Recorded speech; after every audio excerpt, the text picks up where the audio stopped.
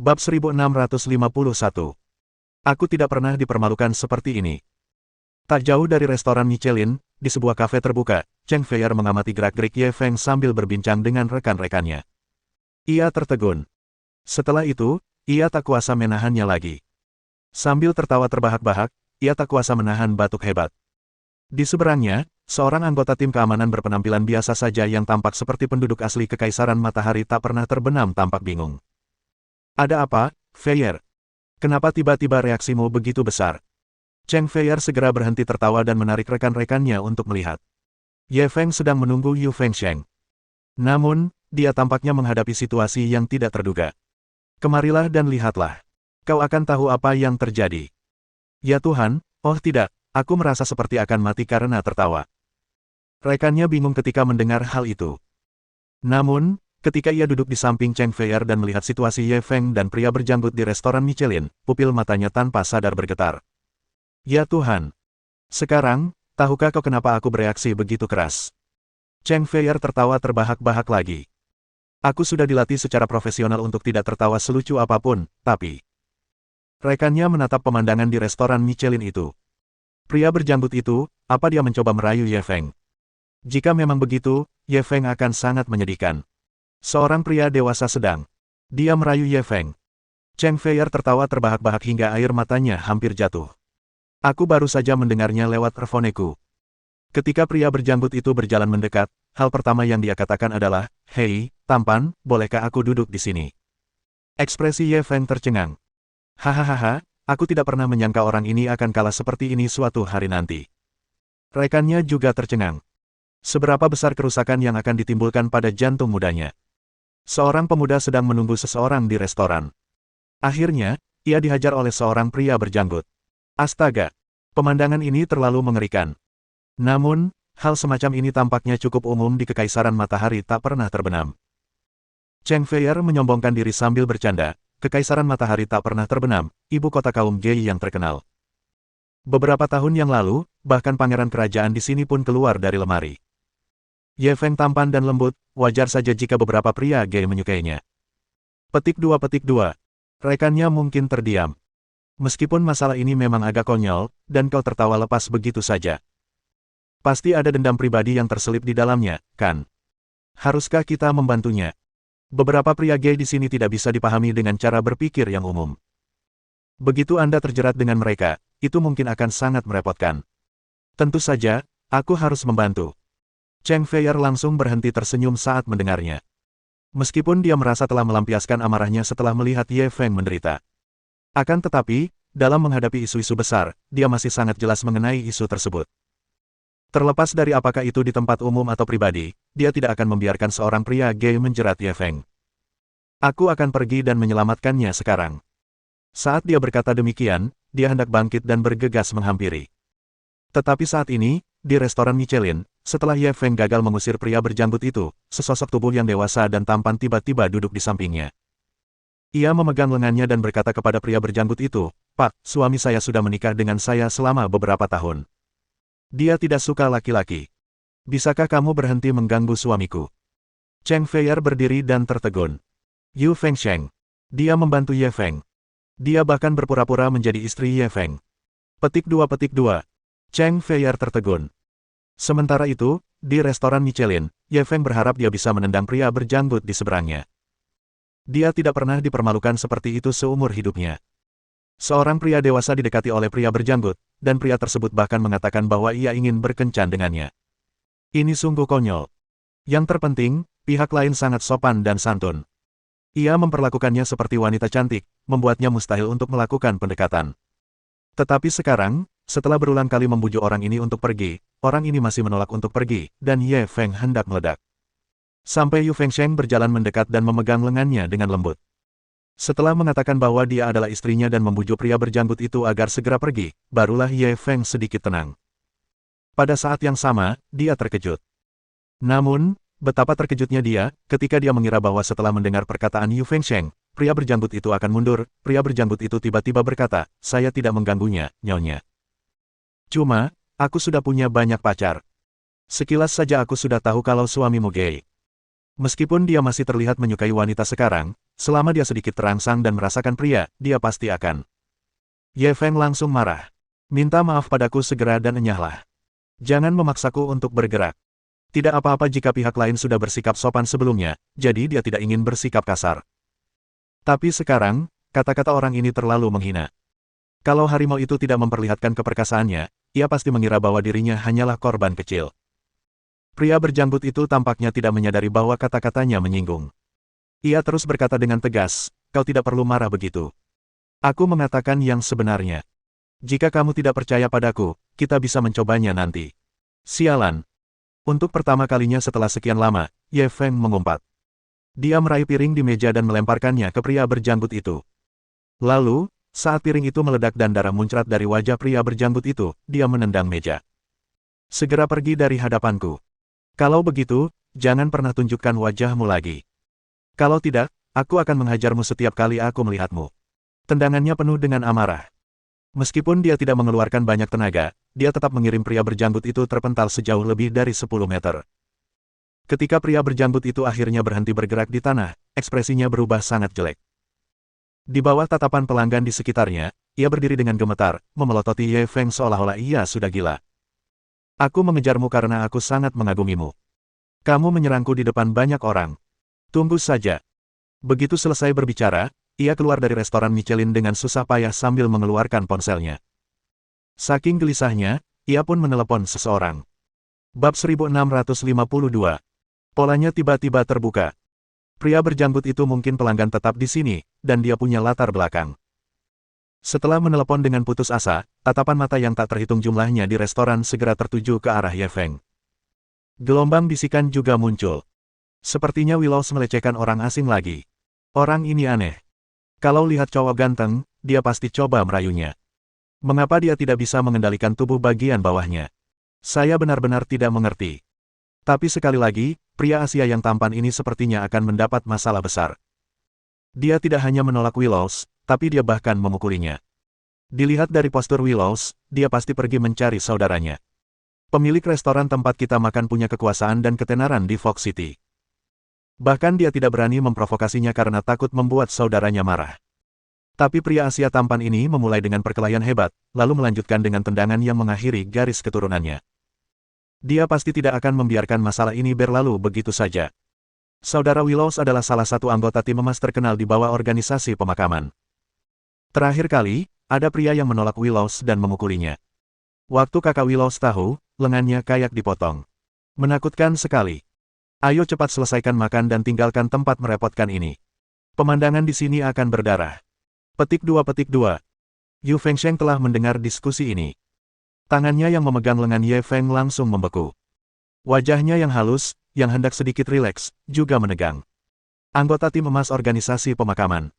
Kamu tampaknya dalam masalah lagi. Ye Feng tidak keberatan.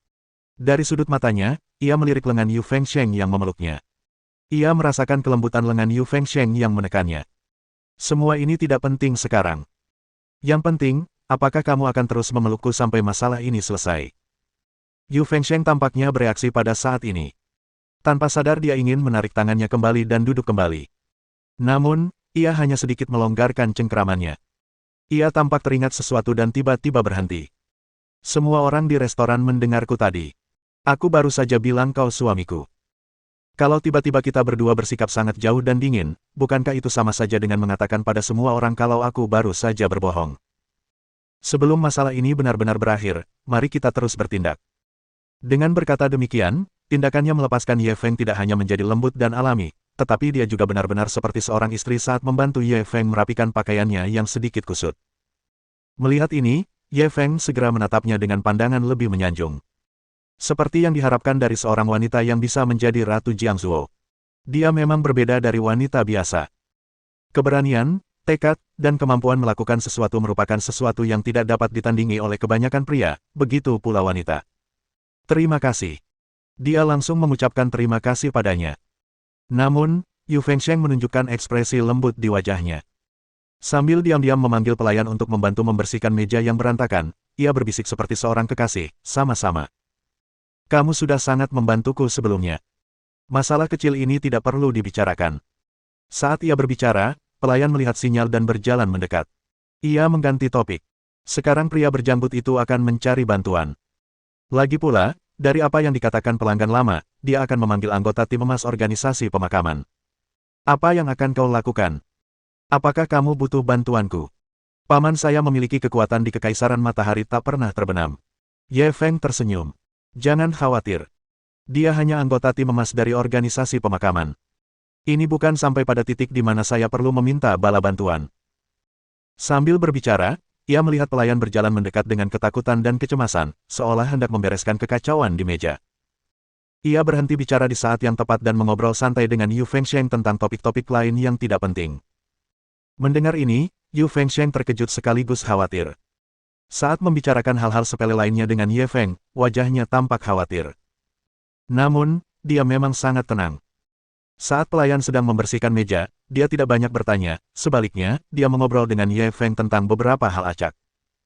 Setelah pelayan selesai membersihkan, Willows, yang berada di luar restoran, menerima telepon lagi dan melihat ke arah mereka. Ia lalu berbicara lagi, bagaimana kalau aku minta Lai Ziqiang untuk membawa beberapa orang dan memberi tahu pamanku. Tim emas organisasi pemakaman bukan main-main. Hampir semuanya mendekati kekuatan Lai Ziqiang, dan timnya sangat dekat. Sekalipun kau tidak takut pada mereka, begitu kau melukai mereka, seluruh tim emas organisasi pemakaman mungkin akan mengejarmu. Ye Feng tak mau repot-repot membujuknya kali ini. Kalau menurutmu ini akan membuatmu merasa lebih tenang, silakan saja. Sambil berbicara, dia membuka menu dan bersiap memesan. Melihat ini, Yu Fengsheng juga tampak merasa agak hina jika terus melakukan sesuatu dengan caranya sendiri. Setelah menghela napas pelan, ia hanya bisa mengikuti dan membolak-balik menu, tidak lagi membahas soal meminta bantuan. Ye Feng tidak bertanya mengapa dia tidak memaksa. Setelah melihat menu, dia memanggil pelayan untuk mulai memesan. Lalu, dia melanjutkan obrolannya tentang hal-hal lain. Ngomong-ngomong, aku masih belum tahu kapan kau datang ke Kekaisaran Matahari tak pernah terbenam. Saya terkejut ketika mendengar teman saya mengatakan bahwa Anda juga ada di sini.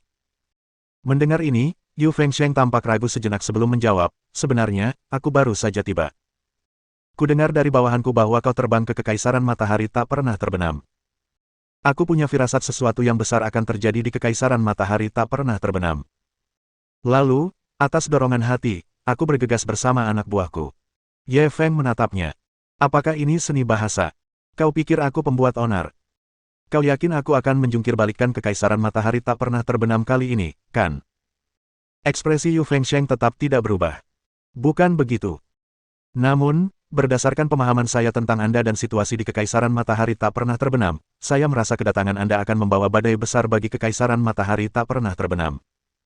Dan ini mungkin kesempatan balas dendam yang sudah lama kutunggu. Ye Feng pernah mendengar cerita Yu Fengsheng sebelumnya, dan dia juga tahu tentang perseteruan berdarah antara Yu Fengsheng dan organisasi pemakaman. Tepat ketika dia hendak bertanya siapa musuh Yu Fengsheng dari organisasi pemakaman, suara rem mobil terdengar dari luar restoran.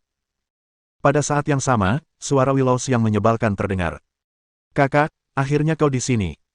Kau harus membalaskan dendamku. Bab 1653.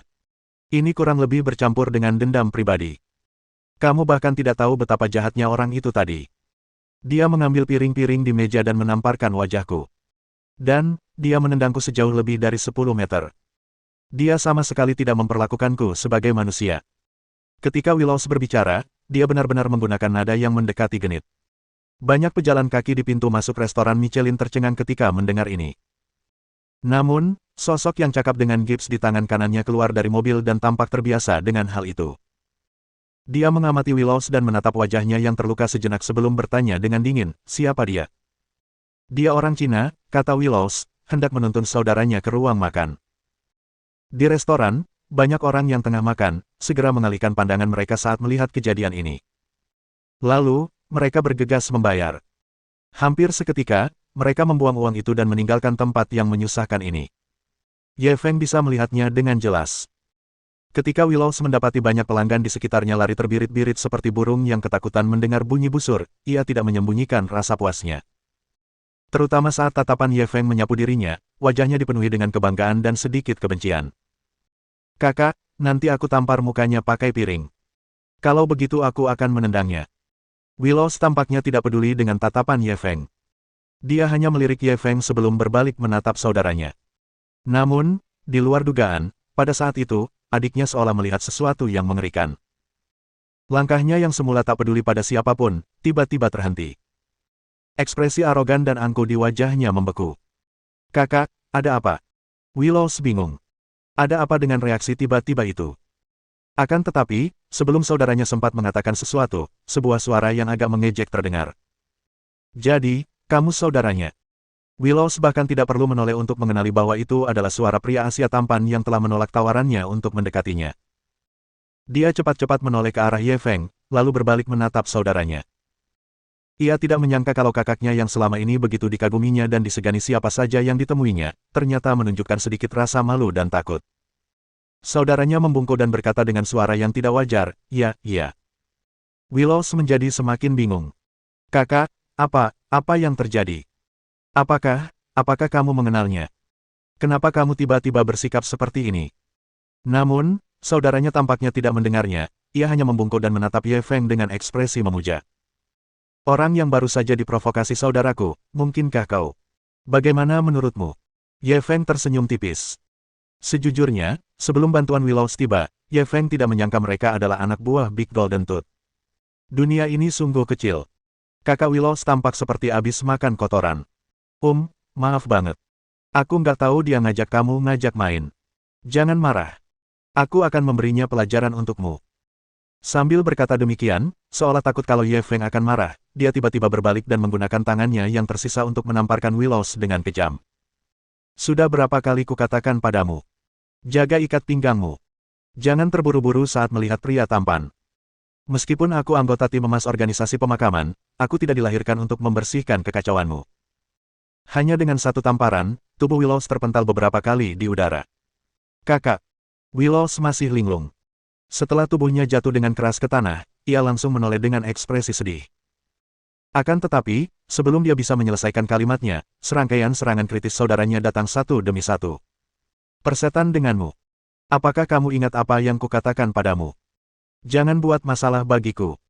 Jika Anda benar-benar tidak bisa mengendalikan ikat pinggang Anda, pikirkan siapa yang bisa dan tidak bisa Anda provokasi sebelum Anda bertindak. Saudaranya menendang dengan marah sambil meraung pada saat yang sama. Dalam waktu singkat, Willows mulai muntah darah dan bahkan memohon belas kasihan. Namun meski begitu, saudaranya masih merasa itu belum cukup. Kemudian, dia menendang Willows beberapa kali lagi. Suara memohon Willows menjadi lemah. Baru setelah itu dia berhenti memukulinya, lalu berbalik menatap Ye Feng. Lihat, apa kau puas dengan caraku mendidiknya? Ye Feng juga bisa mengatakan bahwa orang ini kejam saat dia menyerang Willows. Bahkan mungkin ada beberapa dendam pribadi yang tercampur di dalamnya. Saat itu, melihat Willows sudah kesulitan bernapas, ia langsung melambaikan tangannya. Bawa dia dan pergilah. Ingatlah untuk mendisiplinkannya saat kamu kembali. Kalau tidak, kalau aku menemuinya lagi, semuanya tidak akan semudah itu. Baik, Tuan. Saudara laki-laki Willows tampak lega. Dia mempertahankan postur membungkuknya saat menyeret Willows keluar dari restoran Michelin. Dia pergi bersama Willows. Banyak pelanggan yang masih berada di restoran Michelin tercengang. Sial, ini pemandangan yang tak terduga. Ketika saya melihat anggota tim emas dari organisasi pemakaman muncul, saya pikir orang Asia ini sudah mati. Aku tidak pernah menyangka kalau Willows sendiri yang menjadi korbannya. Pemuda ini tampaknya sangat menakutkan. Baru saja, saudara laki-laki Willows datang. Dia tampak ketakutan setengah mati saat melihatnya. Bagaimana Anda menggambarkan perasaan dan postur itu? Sederhananya, seperti tikus bertemu kucing. Dan adegan di mana dia memukuli Willows tadi. Sejujurnya, jika aku tidak tahu bahwa mereka adalah saudara-saudara, aku akan curiga bahwa mereka punya semacam perseteruan hidup dan mati. Dia terlalu kejam. Willows mungkin harus dirawat di rumah sakit setidaknya selama 1,5 tahun sebelum dia bisa pulih. Aku penasaran siapa pemuda Asia ini. Bahkan Yu Fengsheng yang duduk di samping Ye Feng tercengang. Baru pada saat saudara laki-laki Willows menyeret Willows ke dalam mobil dan pergi. Ia tampak baru saja tersadar. Ia segera menoleh ke arah Ye Feng. Kau kenal anggota tim emas dari organisasi pemakaman itu? Tidak, lebih tepatnya, kau pernah berurusan dengan anggota tim emas organisasi pemakaman sebelumnya. Bab 1654. Itulah mengapa kamu tetap lajang sejak lahir. Memang, tapi tidak terlalu, canda Ye Feng. Yu Fengsheng tampak tidak mengerti arti kalimat ini. Tatapan matanya yang indah berkedip. Apa maksudmu? Ye Feng berpikir sejenak sebelum menjawab. Apakah kamu ingat gips di tangan kanannya? Yu Fengsheng mengangguk. Kau membantunya memasang gips. Tidak, anggota guildnya ingin merebut sesuatu dariku. Lalu, dia dan anggota guildnya dipukuli olehku.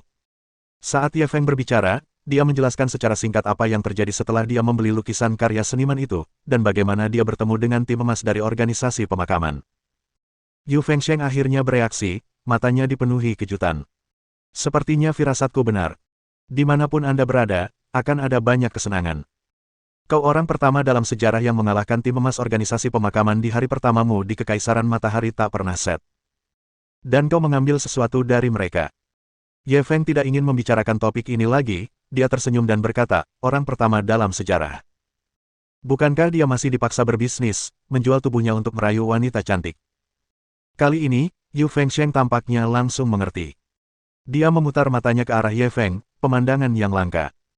Orang terakhir yang berani menggodaku seperti ini tidak punya pikiran lain dalam hidup ini. Ye Feng tidak keberatan. Itulah mengapa kamu masih lajang. Berhenti. Ketika Yu Fengsheng mengatakan ini, dia sepertinya teringat sesuatu, dan ekspresinya agak tidak wajar. Topik ini berakhir di sini. Kamu datang menemuiku kali ini karena kamu ingin membangun hubungan dengan Prosperity Society, kan? Kenapa tepatnya? Ye Feng berhenti menggodanya. Sambil menikmati hidangan lezat di sana, ia bercerita tentang tujuan utamanya datang ke Kekaisaran Matahari tak pernah terbenam. Tentu saja, dia tidak memberitahu Yu Fengsheng identitas aslinya. Dia hanya memberitahu Yu Fengsheng bahwa kedatangannya ke sini untuk mengambil beberapa koleksi berharga milik keluarga Jerry Burroughs, terutama kuali 9 prefektur. Dia ingin membangun hubungan dengan Prosperity Society dan juga ingin meminjam beberapa koneksi mereka untuk memfasilitasi pekerjaannya di sini. Yu Fengsheng menunjukkan keberanian seorang ratu bawah tanah Jiangzuo. Setelah mendengar kata-kata Ye Feng, ia langsung berkata, jika ada orang lain yang berbicara kepadaku tentang hal ini, aku pasti akan menolaknya. Bagaimanapun, Anda kan Tuan Ye, dan Anda sudah membantu saya lebih dari sekali. Saya harus berterima kasih kepada Anda. Setelah aku kembali hari ini, aku akan berbicara dengan pamanku dan membantumu memastikannya. Terima kasih. Ye Feng balas tersenyum. Meskipun dia tahu bahwa operasi ini akan berjalan lancar sebelum dia datang, dia tetap menghela napas lega ketika melihat masalah itu telah dibahas. Yu Fengsheng melanjutkan, namun, sebaiknya kamu bersiap secara mental. Meskipun masyarakat sejahtera tidak diragukan lagi merupakan masyarakat Tiongkok nomor 1 di Kekaisaran Matahari tak pernah terbenam, kekuatan mereka secara keseluruhan berada pada level yang sangat berbeda dibandingkan dengan organisasi pemakaman. Kalau tidak, paman saya dan saya tidak akan merencanakan balas dendam kami sampai sekarang. Jadi, meskipun kamu berhasil menghubungkannya, mungkin itu tidak berguna seperti yang kamu pikirkan. Ye Feng tidak peduli tentang ini. Bagaimanapun, dia bukanlah tipe orang yang menaruh semua telurnya dalam satu keranjang. Dia tersenyum dan berkata, tidak apa-apa. Tidak apa-apa asalkan tujuannya tercapai. Ketika saya bekerja di Jepang, komunitas Tionghoa setempat tidak sebanding dengan Yamaguchi Gumi. Namun, fakta bahwa mereka berada di pihak yang sama dengan kami sangat membantu. Tentu saja, mereka mendapatkan banyak keuntungan pada akhirnya. Yu Fengsheng seharusnya memiliki pemahaman mengenai situasi di Jepang. Setelah sesaat terkejut, dia berkata dengan nada terkejut, belum lama ini, sepertinya ada badai besar di dunia bawah tanah Jepang. Yamaguchi Gumi telah mengalami perubahan besar dalam organisasi mereka, dan vitalitas mereka telah sangat rusak. Sedangkan klub-klub Tionghoa kami di Jepang, mereka telah berkembang pesat. Dari yang tadinya bertahan di celah-celah Yamaguchi Gumi, kini kami telah menjadi eksistensi yang melampaui Yamaguchi Gumi. Ye Feng tersenyum namun tidak mengatakan apapun. Ini ulahmu. Yu Fengsheng tersentak. Ye Feng masih tersenyum. Yu Fengsheng tampaknya memahami sesuatu. Dia meletakkan pisau dan garpunya dan memikirkannya dengan serius sejenak sebelum berkata, aku akan berkomunikasi dengan pamanku. Juga, jika Prosperity Society tidak memiliki cukup sumber daya, aku akan membantumu memikirkan caranya nanti. Mari kita lihat apakah saya bisa membantu Anda menghubungi orang yang paling diandalkan di Prosperity Society ini. Ye Feng mendengar suaranya dan mengangkat gelas anggur di atas meja. Ia hendak bersulang untuknya. Tiba-tiba, pada saat ini, notifikasi sistem berbunyi lagi. Sistem telah mendeteksi navigasi peluang baru. Tuan rumah, mohon segera bujuk semua pengunjung restoran yang hadir, serta para pedagang dan pelanggan di gedung ini, untuk meninggalkan tempat ini. Pipa gas alam bawah tanah di sebelah restoran ini hampir bocor, menyebabkan gas yang mudah terbakar di gedung mencapai batas ledakan dan menyebabkan ledakan besar. Tuan rumah, Mohon evakuasi dan selamatkan bisnis serta penduduk sekitar sebisa mungkin sebelum insiden terjadi. Hati Ye Feng bergetar. Pipa gas alam di sebelahnya hampir bocor, menyebabkan konsentrasi gas mudah terbakar yang mengalir ke gedung-gedung di sekitarnya mencapai batas ledakan dan menyebabkan ledakan besar. Tampaknya ini adalah pertama kalinya sistem memberikan pengenalan dan penjelasan yang begitu rinci dan serius sejak ia mendapatkannya. Tampaknya situasinya sangat kritis. Dia segera menahan napas dan memfokuskan perhatiannya, dengan serius merasakan dan membedakan aroma di sekelilingnya. Dan itu baru setelah dia benar-benar membedakannya. Dari aroma makanan, anggur, dan parfum di sekitarnya, ia dapat mencium bau busuk tiol yang tercampur dengan gas alam di hampir setiap negara. Ye Feng segera berdiri, melemparkan beberapa lembar uang, dan bergegas menuju ke arah datangnya bau tiol. Di sampingnya, Yu Fengsheng mungkin sedikit bingung. Melihatnya tiba-tiba berhenti bicara dan bereaksi seperti itu, dia buru-buru mengikutinya. Ada apa? Apakah terjadi sesuatu? Kenapa kamu tiba-tiba punya ekspresi dan reaksi seperti ini? Jangan bicara dulu. Namun Ye Feng menyela pertanyaannya. Aku mencium aroma yang tidak biasa, aku sedang fokus mengidentifikasi dan mencari sumbernya. Jika kau berbicara padaku, kau akan mengalihkan perhatianku. Sambil berbicara, ia mengabaikan Yu Fengsheng yang mengejarnya. Ia mengikuti aroma itu dan menuju ke arah aroma itu. Bau yang tidak biasa. Kenapa aku tidak bisa menciumnya? Yu Fengsheng semakin bingung. Setelah tertegun sejenak, ia segera mengejarnya. Lagi pula, ini cuma bau yang tidak biasa. Nggak perlu reaksi berlebihan dan serius banget, kan? Bab 1655. Apakah Anda mengajari kami cara melakukan sesuatu? Tentu saja, Yu Fengsheng tidak mengatakan kata-kata itu. Dia sangat percaya pada Ye Feng. Dia bahkan lebih yakin padanya dibandingkan dengan pamannya, Yu Jinian. Dia mengikuti Ye Feng ke jalan di luar restoran berbintang Michelin, dan setelah berjalan di sepanjang jalan sejauh beberapa puluh meter, dia melihat sebuah tempat yang telah dikelilingi dari jauh. Ada perusahaan renovasi jalan yang sedang melakukan beberapa pekerjaan di jalan-jalan sekitarnya. Baru pada saat inilah Yu Fengsheng menyadari adanya bau gas alam yang sangat halus, hampir tak terasa, dan samar di udara. Dia tertegun. Langkah kakinya terhenti sekali lagi. Di depannya, Ye Feng tidak berhenti. Dia telah mengonfirmasi bahwa kebocoran gas alam itu berasal dari perusahaan rekonstruksi jalan di depannya. Akan tetapi, ia tetap mempertahankan konsentrasi tinggi dan dengan hati-hati membedakan bau di udara. Hal ini dimaksudkan untuk mencegahnya kehilangan informasi penting karena kecerobohannya dan menyebabkan salah penilaian. Ia berjalan mengitari jalan berpagar dan memastikan bahwa bau gas alam di area lain berasal dari sana. Baru kemudian ia berhenti dan menatap jalan berpagar itu dengan cemberut. Pada saat ini, masih banyak orang dan peralatan yang bekerja di sana. Salah satunya adalah tiang Gruting Jet. Bukan saja suaranya sangat keras, tetapi lingkungan sekitarnya juga dipenuhi debu. Orang biasa akan merasa sulit untuk bernapas dengan normal, apalagi mencium bau. Ye Feng dapat melihat para pekerja mengenakan masker N95 tebal saat bekerja. Tak seorang pun menyadari sesuatu yang aneh di udara. Ia melihat sekeliling dan melihat hanya ada satu pekerja yang mengawasi pagar pembatas untuk mencegah siapapun mendekat dan mengganggu konstruksi. Ia segera menghampiri dan bertanya, siapa orang yang bertanggung jawab atas konstruksi di sini? Pekerja itu tampaknya tidak mendengarnya dengan jelas, dia segera bergerak mendekati Ye Feng dan bertanya dengan keras, apa yang kamu katakan? Ye Feng langsung meninggikan suaranya. Aku bertanya, siapa orang yang bertanggung jawab di sini? Aku punya sesuatu untuk ditanyakan padanya. Pekerja itu mungkin salah paham saat mendengarnya. Pertama-tama dia mengamati Ye Feng.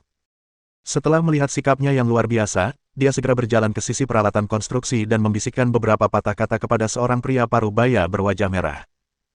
Lalu, dia menuntun pria parubaya itu mendekat. Saya Peter, orang yang bertanggung jawab di sini. Kudengar kau mencariku. Saat pria parubaya itu berbicara, dia menatap Ye Feng dari atas ke bawah. Ye Feng tidak peduli dengan tindakannya, dia berkata, ya. Saya hanya mencium bau gas alam, jadi saya datang jauh-jauh ke sini.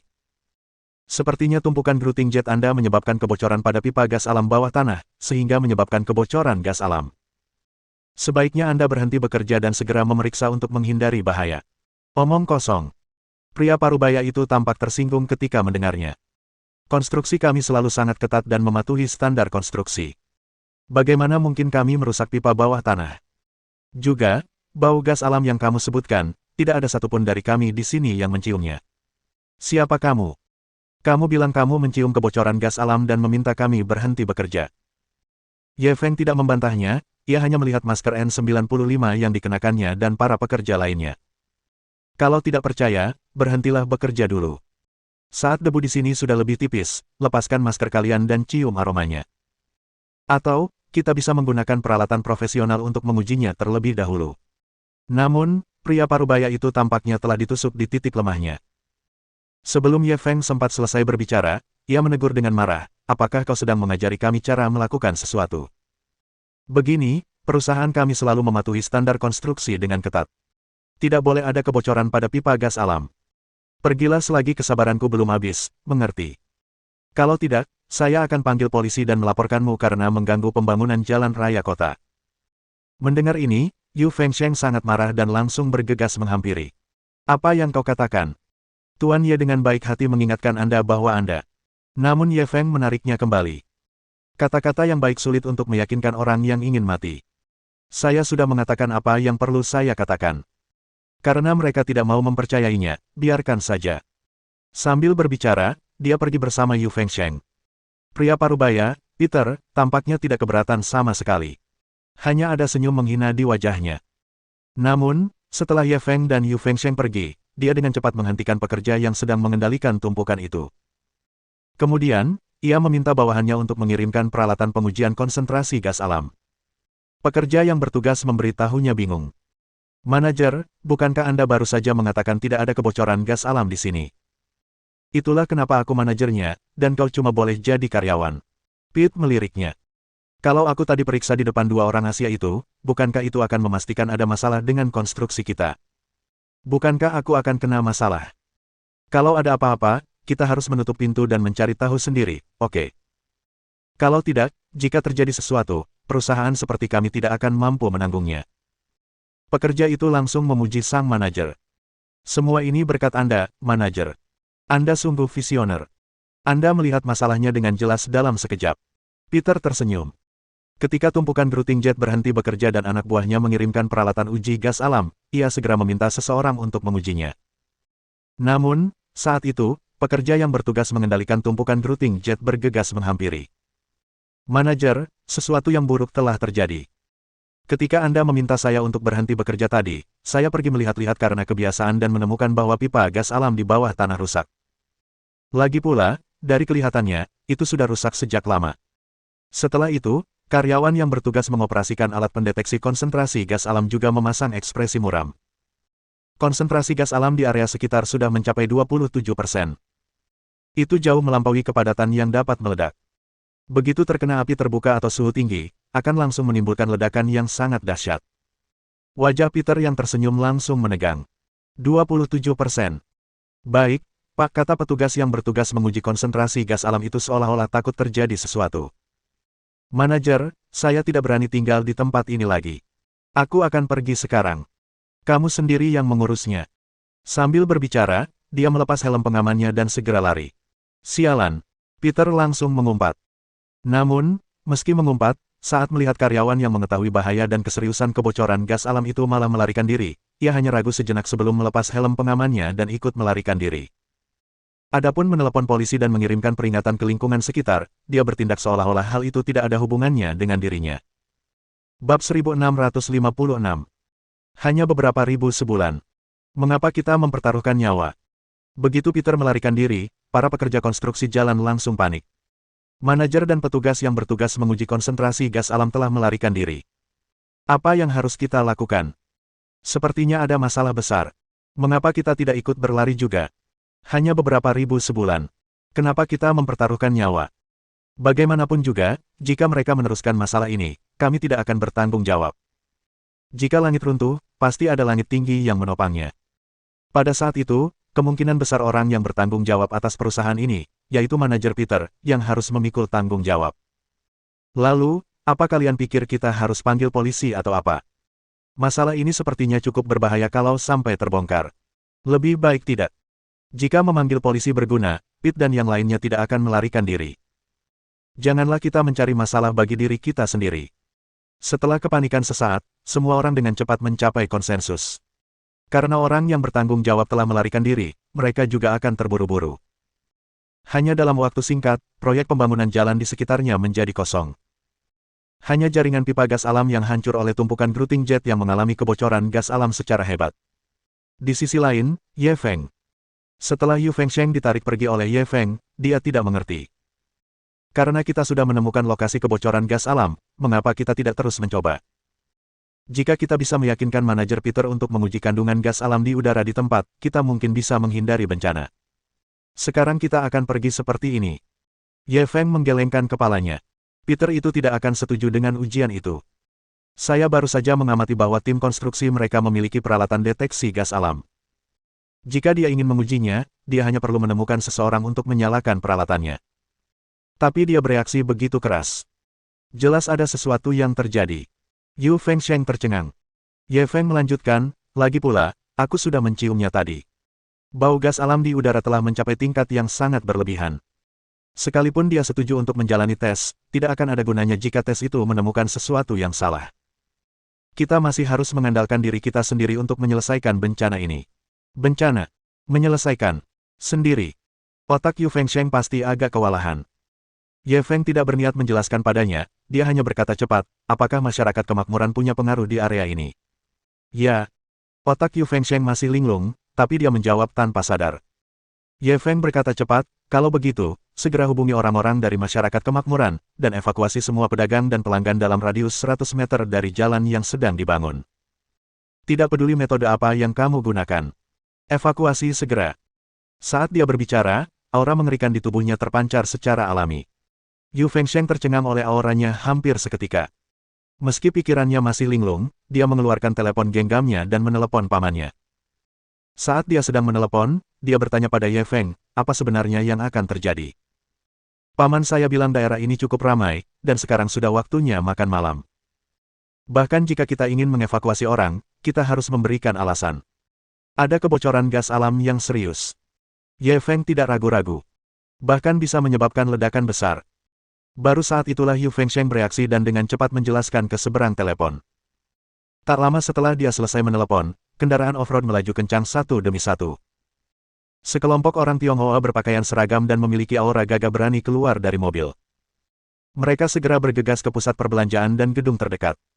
Pada saat yang sama, musik di pusat perbelanjaan dan gedung-gedung di sekitarnya tiba-tiba berhenti. Suaranya digantikan oleh pengumuman darurat. Kebocoran gas serius telah terjadi di area Queens Avenue, sekitar 20 meter dari mal ini. Mohon segera hentikan penggunaan peralatan listrik dan semua api terbuka, dan tinggalkan mal ini sesegera mungkin. Pemberitahuan mendesak. Ada kebocoran gas alam yang serius dari pipa di ruas Queens Road, sekitar 20 meter dari gedung ini. Harap segera hentikan penggunaan peralatan listrik, hentikan penggunaan api terbuka, dan tinggalkan gedung ini sesegera mungkin. Pemberitahuan mendesak. Ada kebocoran gas alam yang serius dari pipa di ruas Queens Road, sekitar 20 meter dari mal ini. Harap segera hentikan penggunaan peralatan listrik, hentikan penggunaan api terbuka, dan tinggalkan mal ini sesegera mungkin. Petik 2. Setelah itu, pusat perbelanjaan dan gedung-gedung di sekitarnya menjadi heboh. Teriakan, langkah kaki tergesa-gesa, dan tangisan pun menyusul. Kebocoran gas alam yang serius dari pipa. Bajingan sialan mana yang melakukan ini? Saya pikir itu kebocoran gas alam dari rumah seseorang.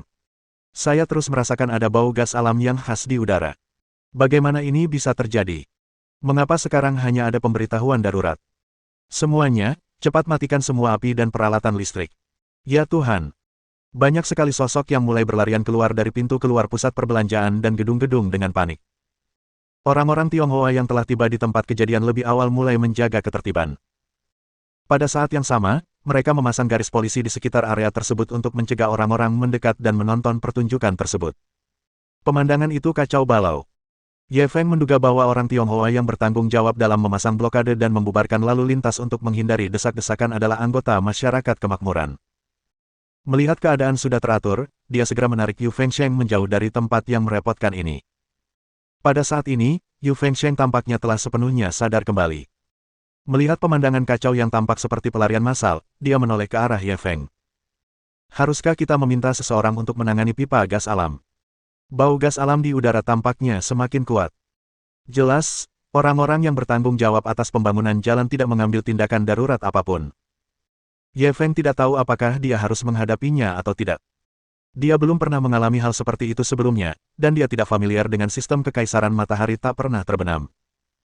Namun, ketika dia memikirkan reaksi Peter barusan, dia samar-samar merasa bahwa bahkan jika dia ingin mengatasinya, pipa gas alam yang bocor tidak akan mudah untuk diatasi.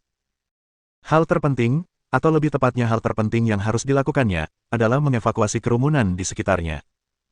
Untuk mencegah kebocoran gas alam terkena api terbuka atau suhu tinggi. Dan saat pikirannya melayang, api yang mengerikan meledak dari tempat sampah di samping restoran tempat dia dan Yu Fengsheng baru saja makan. Bab 1657. Berkah terselubung. Api itu seperti sumbu.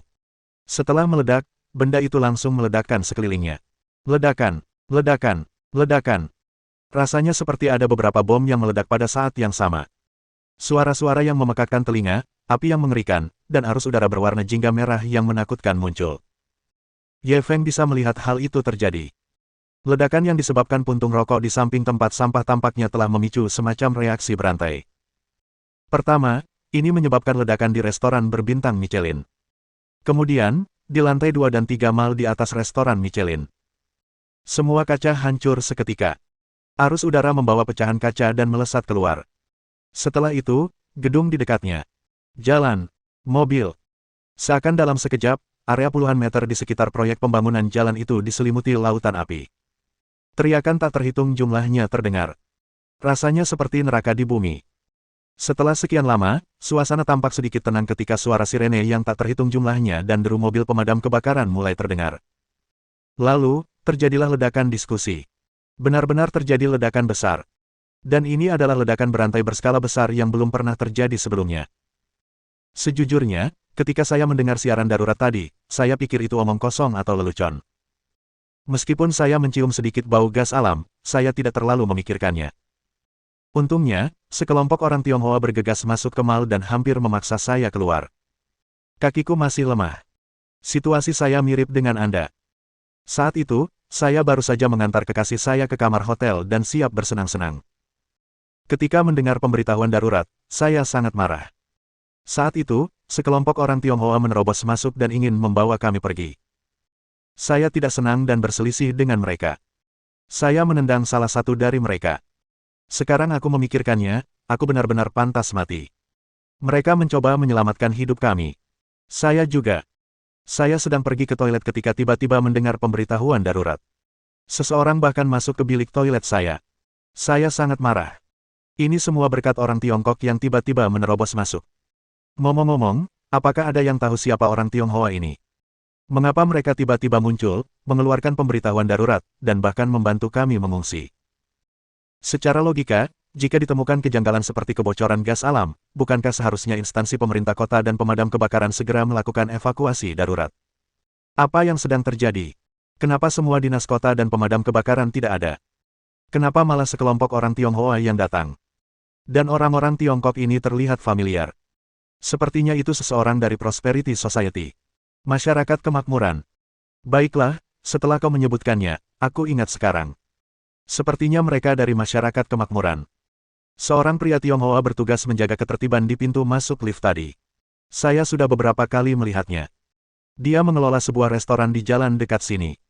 Sosis sapi, sosis beras merah, dan pangsit udang mereka semuanya lezat sekali. Saya sering ke sana untuk makan. Dia memang dari masyarakat kemakmuran. Ya. Dan beberapa orang yang bertanggung jawab atas penyekatan di luar lantai 1 mal tadi. Saya sangat menyukai seni bela diri Tiongkok. Saya mendaftar kelas tinju Tiongkok, dan semua orang di sana adalah siswa sekolah tinju. Aku kenal mereka. Mereka memang dari masyarakat kemakmuran. Kalau begitu, meskipun saya tidak tahu mengapa dinas kota dan pemadam kebakaran tidak hadir kali ini, kami memang diselamatkan oleh orang-orang dari Prosperity Society. The Prosperity Society telah melakukan perbuatan hebat kali ini. Jika bukan karena peringatan darurat dan evakuasi mereka, setidaknya 100 orang akan tewas dalam ledakan yang disebabkan oleh kebocoran pipa gas, bukan? Saat diskusi dimulai, banyak orang bergegas mengucapkan terima kasih kepada para anggota Prosperity Society. Mereka mengeluarkan ponsel untuk memberitahu keluarga bahwa mereka aman atau mengunggah apa yang mereka lihat di media sosial. Pada saat ini, telepon Yu Fengsheng berdering. Setelah panggilan tersambung, terdengar suara agak ceria dari dalam. Ye Feng tidak mau mendengarkan isi pesannya. Namun, dari cara Yu Fengsheng memandangnya dari waktu ke waktu saat dia menjawab telepon, dia samar-samar dapat mengetahui sesuatu. Setelah Yu Fengsheng menutup telepon, dia menoleh lagi dan tersenyum padanya. Pamanmu. Yu Fengsheng mengangguk, matanya bersinar dengan cahaya aneh saat dia berkata, dia memintaku untuk berterima kasih. Kali ini, Prosperity Society tidak hanya menjadi terkenal, tetapi citranya juga menjadi jauh lebih positif. Nilai tidak langsung dari hal ini bagi Prosperity Society sungguh di luar imajinasi. Ye Feng balas tersenyum. Itu juga karena masyarakat kemakmuran cukup tegas, dan kemampuan organisasi serta mobilisasi mereka cukup kuat.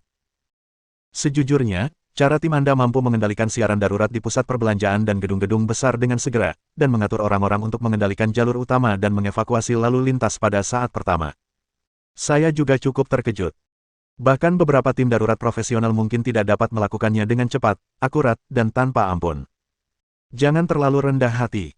Yu Fengsheng tersenyum. Pokoknya, aku dan pamanku merasa bahwa jasa utama untuk ini tetap milikmu. Paman saya akan mengingat kebaikanmu atas hal ini. Dia bilang setelah menangani akibat insiden hari ini, dia akan mengundangmu secara khusus untuk minum teh. Berikan aku informasi kontakmu di Sun Never Sets Empire. Aku akan menghubungimu nanti. Ye Feng tidak peduli dengan formalitas. Melihat tidak ada lagi yang perlu dilakukannya di tempat kejadian dan tujuannya hari itu telah tercapai, dia bertukar informasi kontak dengan Yu Fengsheng dan bersiap untuk pergi. Tak disangka, saat ia baru melangkah beberapa langkah, ponselnya bergetar hebat. Cheng Feier menelepon. Setelah panggilan tersambung, suara Cheng Feier yang sedikit gugup terdengar dari ujung sana. Ye Feng, setelah kau meninggalkan restoran bersama Yu Fengsheng, kau pergi kemana? Setelah melihat kalian pergi, saya mematikan komunikasi dan pergi bersama rekan-rekan saya. Saya baru saja mendengar ada ledakan yang belum pernah terjadi sebelumnya di restoran Michelin tempat kalian makan bersama. Apakah kamu baik-baik saja? Aku baik-baik saja. Ye Feng bisa mendengar kekhawatiran dan kegugupan dalam nada suaranya. Ia tersenyum dan berkata, lagi pula, ini adalah berkah tersembunyi. Koneksi di Prosperity Society stabil. Nanti aku ceritakan detailnya. Singkatnya, tidak perlu terburu-buru. Baiklah. Cheng Feier tidak bertanya lebih lanjut. Syukurlah kau baik-baik saja. Lalu saya akan melanjutkan mengerjakan beberapa pekerjaan dengan rekan-rekan saya. Jika ada situasi atau jika Anda membutuhkan bantuan, beritahu saya kapan saja. Ye Feng setuju. Setelah menutup telepon, dia hendak pergi ketika tiba-tiba dia melihat dua sosok cantik yang dikenalnya di depannya. Saudari Hong. Dan Xia Qiu. Bab 1658. Akulah bos jalanan ini. Suster Hong mengenakan gaun panjang berwarna merah anggur, dipadukan dengan riasan memikat dan rambut panjang bergelombang. Riasan dan pakaiannya menonjolkan kepribadian dan pesona dewasanya. Di sisi lain, Xia Qiu mengenakan gaun putih dan topi matahari putih, menunggu di pinggir jalan. Angin sepoi-sepoi bertiup, mengangkat roknya. Ia memancarkan aura abadi yang segar dan anggun dari dalam keluar. Ye Feng yakin bahwa itu adalah mereka berdua hanya dengan melihatnya sekilas. Mengapa mereka ada di Kekaisaran Matahari tak pernah terbenam? Lagi pula, sepertinya mereka menghadapi beberapa masalah. Ye Feng memandang dari kejauhan. Suster Hong tampak melindungi Xia Qiu yang sedang berdebat dengan beberapa wanita dari Kekaisaran Matahari tak pernah terbenam. Meskipun situasi saat ini memang sangat berbahaya, tidak berlebihan jika kami meminta Anda untuk meminta maaf dan mengganti kerugian kami, bukan? Xia Qiu kehilangan dua gelang Natal edisi terbatas Van Cleef dan Arpels gara-gara kamu. Kamu mengakuinya. Saat itu, banyak orang melihatnya, mereka bisa bersaksi. Pada saat yang sama, Ye Feng juga memperhatikan bahwa Xia Qiu, yang memiliki aura abadi di sekelilingnya, juga berada dalam keadaan menyedihkan. Bukan hanya bagian belakang gaun putihnya yang ternoda, tetapi sepatunya juga benar-benar kotor, dan rambutnya sangat berantakan. Apa yang terjadi? Dia segera berjalan mendekat. Itu. Ketika Suster Hong mendengar seseorang bertanya dalam bahasa Mandarin, dia secara tidak sadar ingin menjawab. Tetapi ketika dia menoleh dan melihat wajah Ye Feng, ekspresinya berubah dan kata-kata yang hendak keluar dari mulutnya tiba-tiba terhenti. Bapak, kamu. Bukan hanya dia, tapi Xia Qiu juga terkejut. Matanya berbinar dan ia berkata tak percaya, Ye Feng.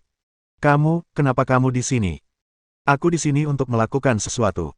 Ye Feng tersenyum. Bagaimana dengan kalian? Kenapa kalian di sini? Lalu, bagaimana situasinya sekarang? Apa yang telah terjadi?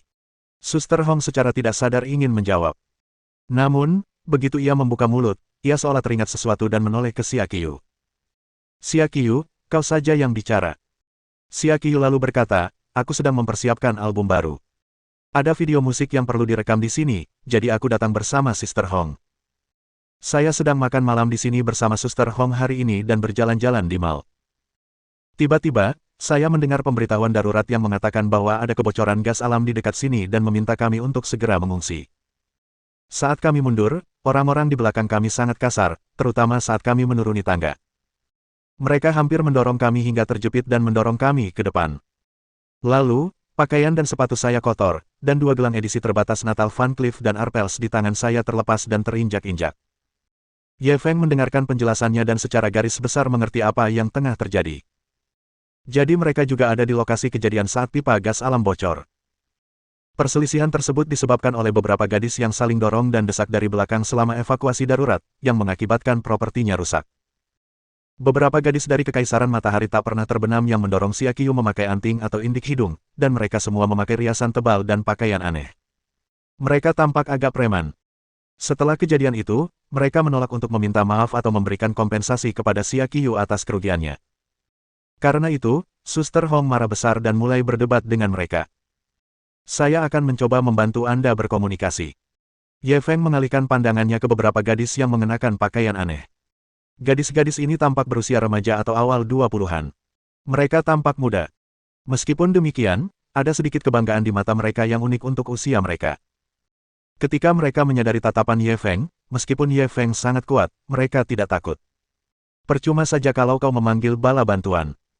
Dalam situasi seperti ini, bukankah wajar jika semua orang saling dorong dan saling pukul? Dan kamu bukan satu-satunya yang mengalami kerugian. Kita punya teman yang kehilangan ponselnya. Seharusnya kau tidak mencari kami.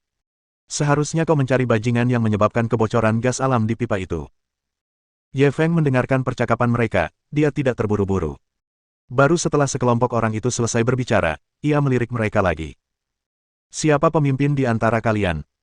Beberapa gadis berpakaian aneh segera mengalihkan pandangan mereka ke seorang gadis bergidik hidung dan berambut gimbal. Gadis berambut gimbal itu juga bertingkah sangat liar. Merasakan tatapan Ye Feng, ia langsung mengangkat kepalanya dengan sikap yang besar. Aku. Apakah kata-katamu penting? Tanya Ye Feng. Si rambut gimbal tersenyum sinis. Memang. Kalau kamu tidak percaya, kamu bisa bertanya pada saudari-saudari di sampingku. Saudara perempuannya pun tampak ingin membenarkan perkataannya dan mengangguk setuju. Ya, kamu juga bisa keluar dan bertanya-tanya. Di jalan ini, suster milik kita adalah bos anak-anak SMA yang lahir setelah tahun 2000. Dia memiliki lebih dari 100 orang di bawah komandonya. Jika kamu ingin menindas kami, itu tidak mungkin. Saudari kita Milly tidak takut dengan tantangan apapun. Meskipun Ye Feng berusia hampir sama dengan mereka, saat mendengar komentar-komentar tersebut, dia merasa komentar-komentar itu sedikit kekanak-kanakan dan membingungkan. Setelah memastikan kata-kata Dreadlocks benar, dia kembali menatap Dreadlocks alias Milly. Temanku baru saja menanyakan pertanyaan yang sangat bagus. Apa kalian semua menginjak gaun dan sepatunya? Lagi pula, perhiasan Van Cleef dan Arpels di tangannya hilang gara-gara kalian semua, kan? Milly masuk akal. Dia langsung mengangguk. Ya, kita semua mengakuinya. Ketika adikku mendengar pemberitahuan darurat, dia agak cemas dan bertindak terlalu cepat. Dia tidak sengaja menginjak sepatu temanmu dan mengotori gaunnya. Kalau begitu, bukankah seharusnya kau minta maaf pada temanku? Ye Feng baru menyadari hal ini. Kalian semua mengotori gaun orang lain dan menginjak sepatunya. Bukankah masalah ini salahmu? Tapi adik-adikku juga diinjak dan pakaian mereka kotor, balas Milly tanpa sadar. Orang yang menginjak adikmu seharusnya minta maaf kepada kalian semua. Ye Feng mengangguk. Tapi, itu tidak ada hubungannya dengan temanku, kan? Inti dari masalah ini sekarang adalah kamu dan temanku. Apa yang dilakukan adikmu itu salah. Petik 2. Milly terbangun dan kehilangan kata-kata. Dan, hilangnya ponsel adikmu tidak ada hubungannya dengan temanku. Namun, Anda menyebabkan perhiasan Van Cleef dan Arpels milik teman saya rusak, dan itu adalah tanggung jawab Anda. Ye Feng terus berdebat dengannya. Petik 2. Milly terdiam lagi. Namun, saudara-saudara perempuannya tampak sedikit cemas. Kami sedang terburu-buru untuk melarikan diri. Lagi pula, situasinya sangat kacau saat itu. Kami tidak punya pilihan. Lagi pula, kami tidak melakukannya dengan sengaja. Bab 1659. Kakak perempuan tahun 2000-an. Milly tampaknya telah dibangunkan oleh Ye Feng, ekspresinya sedikit berubah. Namun, Ketika Millie mendengar dukungan dari saudara-saudara perempuannya, ekspresinya menjadi sedikit bertentangan. Dia tampaknya sedang mempertimbangkan untung ruginya. Namun, saat itu, beberapa anggota masyarakat kemakmuran yang bertugas menjaga ketertiban menyadari situasi di sana dan menghampiri. Apa yang terjadi? Jangan berkumpul di sini. Kebocoran gas alam pada pipa di jalan ini belum teratasi. Mungkin akan ada ledakan kedua nanti. Ye Feng memandang pemimpin mereka, seorang pria parubaya yang tampak berwibawa. Ia berkata dalam bahasa Mandarin, teman saya mengalami beberapa perselisihan di sini. Perhiasan edisi terbatas Van Cleef dan Arpels miliknya, yang bernilai ratusan ribu dolar, dan pakaian serta sepatunya semuanya terinjak-injak. Sekarang saya ingin menuntut ganti rugi dari orang yang bertanggung jawab, tetapi saya ditolak. Mendengar ucapan orang Mandarin itu, pria parubaya itu langsung menatap Ye Feng, Xia Qiu, dan saudari Hong. Ekspresinya melembut. Namun, ketika dia mengalihkan pandangannya ke Millie dan yang lainnya dan melihat penampilan Millie dengan jelas, ekspresinya sedikit berubah.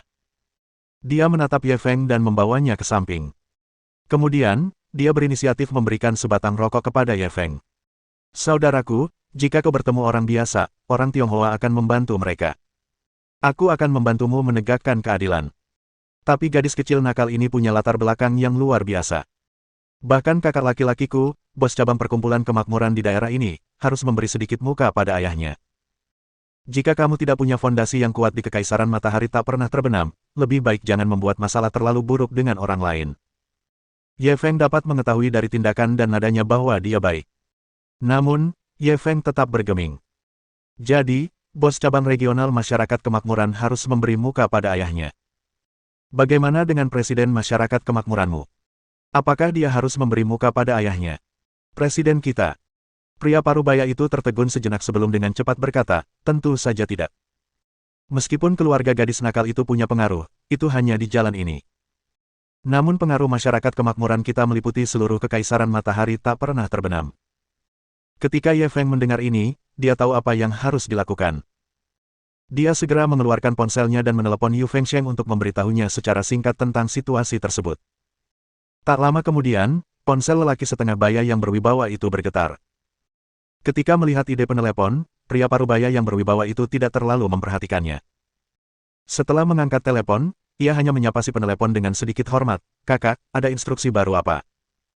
Tetapi ketika dia mendengar tujuan panggilan itu dan memastikan kemunculan Ye Feng, ekspresinya langsung berubah. Ketika dia menutup telepon lagi, ekspresi wajahnya berubah total menjadi kagum dan sedikit malu. "Jadi, Anda tamu kehormatan presiden kita. Andalah yang baru saja membuat masyarakat kemakmuran kita terkenal dan menemukan kebocoran gas alam di jalan ini, Tuan Ye." Pria parubaya yang berwibawa itu bahkan membungkuk kepada Ye Feng sambil berbicara, "Saya tidak mengenali Anda tadi, maaf atas ketidaksopanan saya. Saya minta maaf." Ye Feng melambaikan tangannya. "Mereka yang tidak tahu tidak bersalah. Tapi, bisakah kita berurusan dengan temanku sekarang?" Tentu, jawab pria parubaya yang berwibawa itu. Ia langsung memberi isyarat mengundang, memberi isyarat agar Ye Feng melanjutkan. Ketika Ye Feng kembali ke sisi Xia Qiu dan Sister Hong, dia juga mengikuti dari dekat, "Nona Millie, saya sudah mengerti apa yang terjadi. Kesalahan dalam masalah ini memang ada pada saudara perempuanmu. Permintaan Tuan Ye dan teman-temannya tidak terlalu berlebihan." Millie seharusnya cukup akrab dengan pria parubaya yang bermartabat itu. Ia mulai menjawab, "Tuan Zong." Namun, pria parubaya yang berwibawa itu tidak menunggunya berbicara dan melanjutkan, "Lagi pula, selain memberi kompensasi kepada Tuan Ye dan temannya, setidaknya kau harus berterima kasih padanya." Petik 2 tanda tanya petik 2. Millie dan saudara-saudaranya jelas bingung. Terima kasih padanya. Bahkan saudari Hong dan Xia Qiu yang berada di samping Ye Feng pun tampak bingung. Karena mereka tahu bahwa Ye Feng tidak mengenal para penjahat ini. Selain itu, mereka tidak dapat mengetahui bahwa kelompok tersebut telah berinteraksi sebelumnya. Jika memang begitu, mengapa lelaki parubaya yang bermartabat itu berkata seperti itu?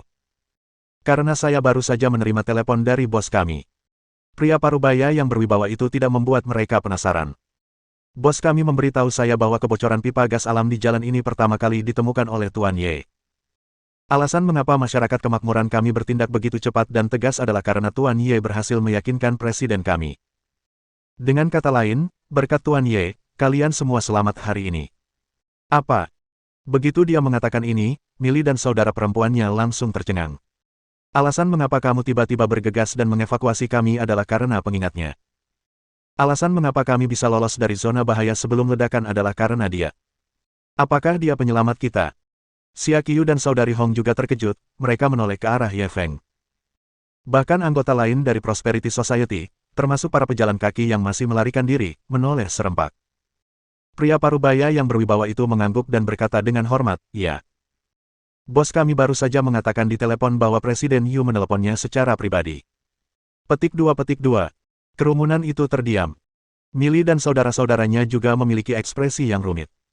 Setelah beberapa saat, ia seolah teringat sesuatu, lalu tiba-tiba berkata kepada Ye Feng, "Kalau begitu, aku harus mengampunimu."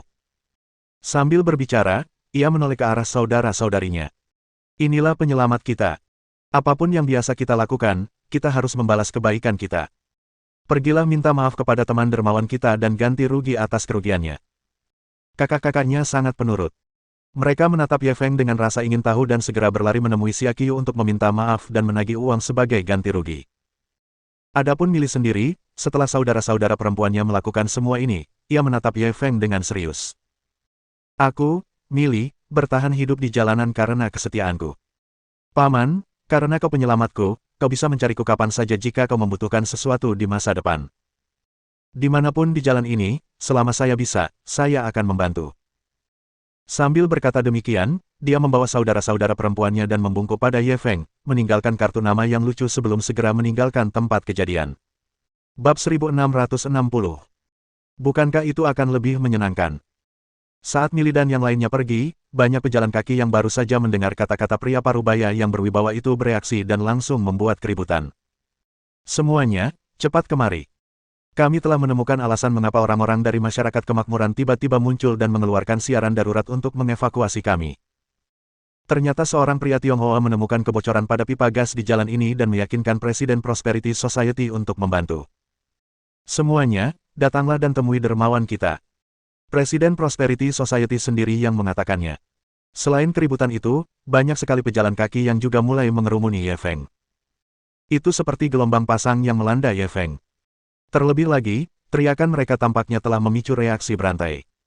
Seruan yang tak terhitung jumlahnya dan suara kegembiraan datang dari segala arah. "Ya Tuhan!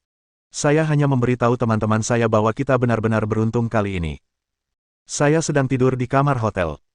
Orang-orang dari Prosperity Society lah yang membawa staf hotel dan membukakan pintu. Mereka membangunkan saya dan membawa saya keluar. Kalau bukan karena orang-orang dari Prosperity Society dan dermawan yang meminta, saya khawatir saya sudah tertimbun ledakan itu. Aku juga. Akulah yang bilang aku sedang di toilet. Akulah yang sangat kesal ketika mendengar ketukan di pintu. Kalau bukan karena sikap masyarakat kemakmuran yang cukup keras, aku khawatir aku sudah mati sekarang. Lagi pula, aku pasti sudah mati mengenaskan di toilet tanpa sempat memakai celana." Gelombang orang mengerumuni Ye Feng seperti 100 sungai yang kembali ke laut.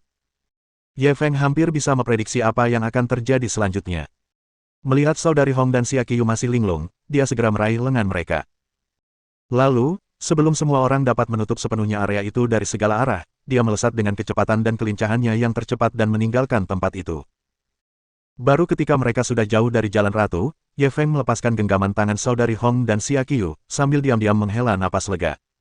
"Tidak apa-apa. Kami tidak terjebak di dalam." Sambil berbicara dia menatap Suster Hong dan Xia Qiu. Tanpa diduga, Xia Qiu dan saudari Hong sedang memikirkan sesuatu. Mereka menatap tangan yang baru saja dipegangnya, dan wajah mereka memerah. Ye Feng bingung. Tidak apa-apa jika Xia Qiu, seorang dewi dunia lain, tersipu ketika dia memiliki hubungan yang ambigu dengannya. Saudari Hong, mengapa seorang wanita cantik dewasa yang tidak memiliki hubungan khusus dengannya, tersipu? Dia melambaikan tangannya di depan mereka berdua. "Tidak. Aku baik-baik saja." Xia Qiu tersadar dan menggelengkan kepalanya. Adapun saudari Hong, dia tidak tahu apa yang sedang terjadi. Dia terkejut dan segera menatap Ye Feng, matanya dipenuhi kepanikan. "Kenapa kalian semua bereaksi seperti ini?" tanya Ye Feng sambil mencoba merasakan suhu dahi mereka.